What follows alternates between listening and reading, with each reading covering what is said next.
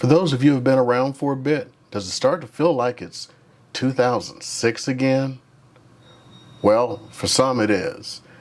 And if you've been looking at some of my videos, I've recommended you waive some things, and some things I've recommended you waive very smartly. So let's start going over some things you should waive and should not waive when you're purchasing a house. Now, right now, things are getting a little bit better for the buyer because, let's just be honest, more sellers are going, hey, we're at peak prices. So they're putting their houses back on the market. More buyers are going, whoa, Nelly. So it's creating less demand while there's more supply. So less demand, more supply. In this case, it's not creating lower prices, but what it is creating is less competition. So like I've been saying lately, we don't have 20 and 30 offers anymore. We have, 4 and 5 offers on homes, which is, to be honest, a typical summer. So we're back to a typical summer.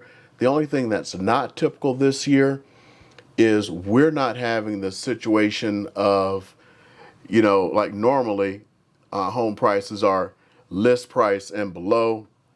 We're still list price and now just a little above. So as of last week, about 5,000 above gets you a home this week. So hopefully that keeps going. But how much of that is weather? Because, we had pretty much record highs in weather over the last week. But, we are starting to see an uptick in people listing their homes now, which is, of course, more supply. And some people may be getting nervous. There are other things that are happening. As of this recording, the Dow Jones just went down 700 points on top of having a losing week last week. Stock market's getting a little nervous, and it's mainly because of the Delta variant of COVID-19, because people aren't wearing masks anymore.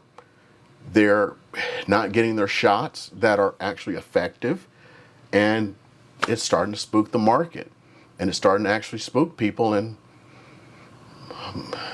we don't know what's going to happen. So let's see.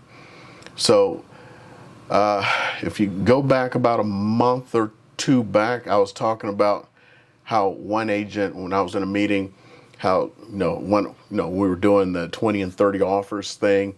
She put her an offer, and an agent called her up and went like, "There's something wrong with your offer." It's like, "What's wrong?" You didn't waive the inspection. Everybody else did, because it become normal. Like I've told you, that's one of the things you may want to waive. I don't say waive it. It needs to be written very smartly.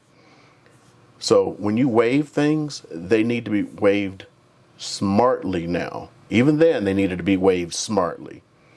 So let's talk about waiving things smartly when you put in an offer, because these things, as of now, are still kind of being looked at by the sellers, and we're still in kind of sellers. We're still in the seller's market, but things are softening. So number one, the appraisal. Like I've talked about before, where I've been losing a lot of deals because of people outright waiving the appraisal. And I mean waiving.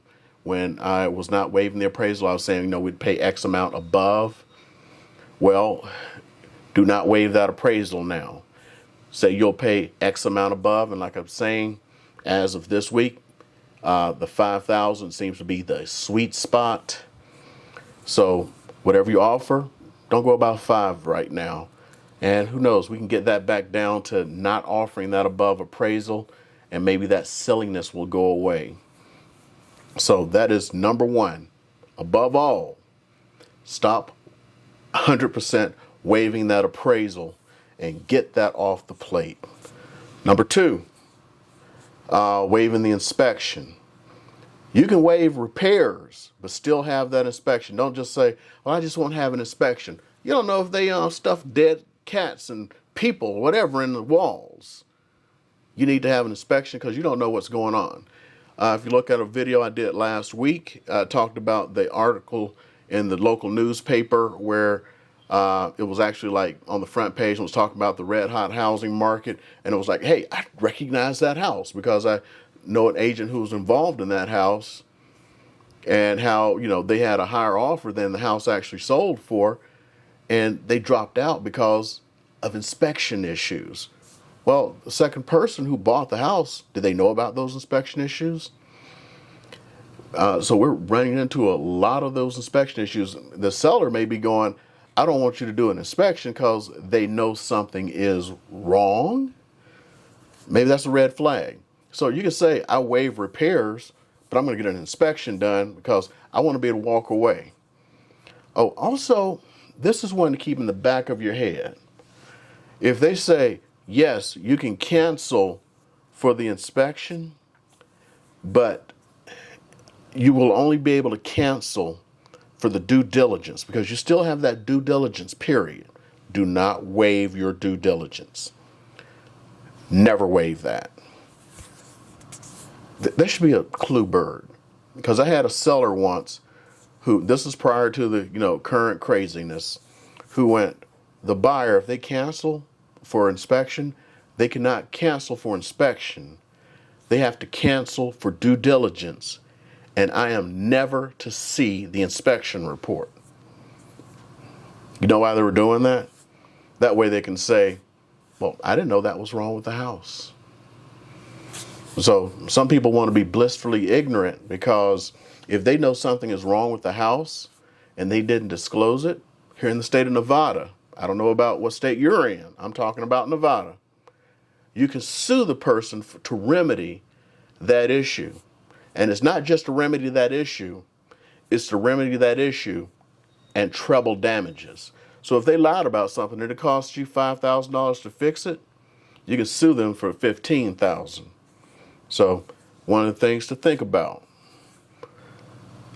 Next one, mold. If you suspect there's mold, don't you dare waive that. You see some water damage and they start putting some mold stuff in front of you, because there's this mold paperwork. They can say, we don't know if there's mold. We'd like you to waive that.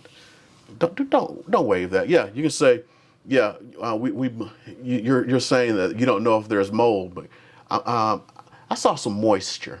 I'm going to have a mold inspection. Make sure you have that mold inspection, because mold remediation costs a lot of money. Okay. Now I'm going to be very honest. Mold is rare here in the, real mold.